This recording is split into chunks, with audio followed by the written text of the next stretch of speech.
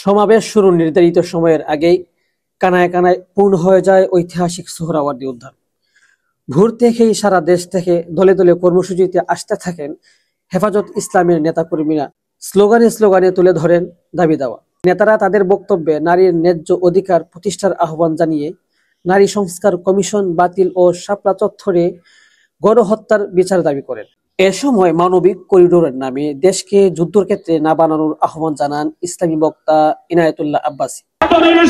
পরিষ্কার করুন, মানবিক করিডোরের নামে বাংলাদেশকে ইন্দো প্যাসিফিক অঞ্চলে যুদ্ধের দিকে ঠেলে দিবেন না। আমরা ভারতকে সাহায্য করেছি, যদি আটলান্টিকের ওপার থেকে কেউ আগ্রাসন করতে আসে, বাংলাদেশের প্রত্যেকটি মাদ্রাসা একটা ক্যান্টনমেন্ট হবে। সেনাবাহিনীর সাথে কাঁধে কাঁধ মিলিয়ে মাদ্রাসার ছাত্ররা দেশ রক্ষায় মাঠে নামবে।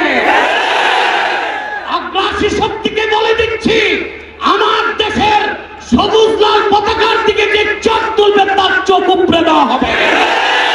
সমাবেশে উপস্থিত হন আমার দেশ সম্পাদক মাহমুদুর রহমান ও এনসিপির দক্ষিণাঞ্চলের মুখ্য সংগঠক হাসানাত আব্দুল্লাহ। ইসলামের জন্য বৃহত্তর লড়াই গড়ে তোলার পাশাপাশি শেখ হাসিনার বিচার দাবি করেন মাহমুদুর রহমান। আর হাসানাত আব্দুল্লাহ বলেন, আওয়ামী লীগ নিষিদ্ধ ও শেখ হাসিনার বিচারই হবে সংস্কারের প্রথম ধাপ।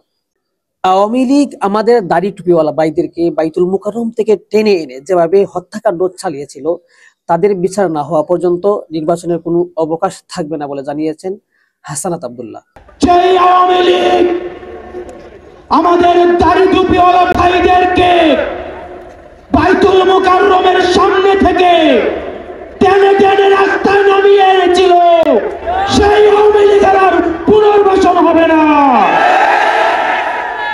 এই সংস্কার আমাদের দেশের সবচেয়ে বড় সংস্কার, আওয়ামী লীগকে নিষিদ্ধ করতে হবে। আওয়ামী লীগ হচ্ছে একটি সন্ত্রাসী সংগঠন। এই সন্ত্রাসী সংগঠনকে নিষিদ্ধ করার মধ্য দিয়ে আমরা সংস্কার দেখতে চাই। একই সাথে সাথে শাপলায় যে হত্যাকাণ্ড হয়েছে, আমরা আপনাদের কাছে অনুরোধ জানাবো, এই শাপলা হত্যাকাণ্ডে যারা শহীদ হয়েছে, আজকের এই মঞ্চ থেকে এই শহীদের লিস্ট আপনারা জাতির সামনে প্রকাশ করুন। মহাসমাবেশের শেষ পর্যায়ে বক্তব্য রাখেন হেফাজত ইসলামের যুগ্ম মহাসচিব আল্লামা মামুনুল হক। অবিলম্বে তাদের দাবি মেনে না নিলে কঠোর আন্দোলনের হুঁশিয়ারি দেন তিনি। ইসলামের বিরুদ্ধে দায়েরকৃত মামলাগুলোর প্রত্যাহার না হলে মামলা বাতিল করার জন্য যা যা করতে হবে তা করবে হেফাজত ইসলাম। আমরা পরিষ্কার ভাষায় বলছি, আগামী 2 মাসের মধ্যে যদি হেফাজত ইসলামের বিরুদ্ধে দায়েরকৃত মামলাগুলো প্রত্যাহার না হয়, হেফাজত ইসলাম বাংলাদেশ সে মামলা বাতিল করার জন্য যা করতে হয় তাই করবে। ন্যায্য অধিকার প্রতিষ্ঠায় আগামী 3 মাসের মধ্যে বিভাগীয় সম্মেলন করা হবে। নারীদের অসম্মান ও দেশ বিরোধী ষড়যন্ত্রে মেনে নেওয়া হবে না বলেও সাফ জানান হেফাজত নেতাকর্মীরা।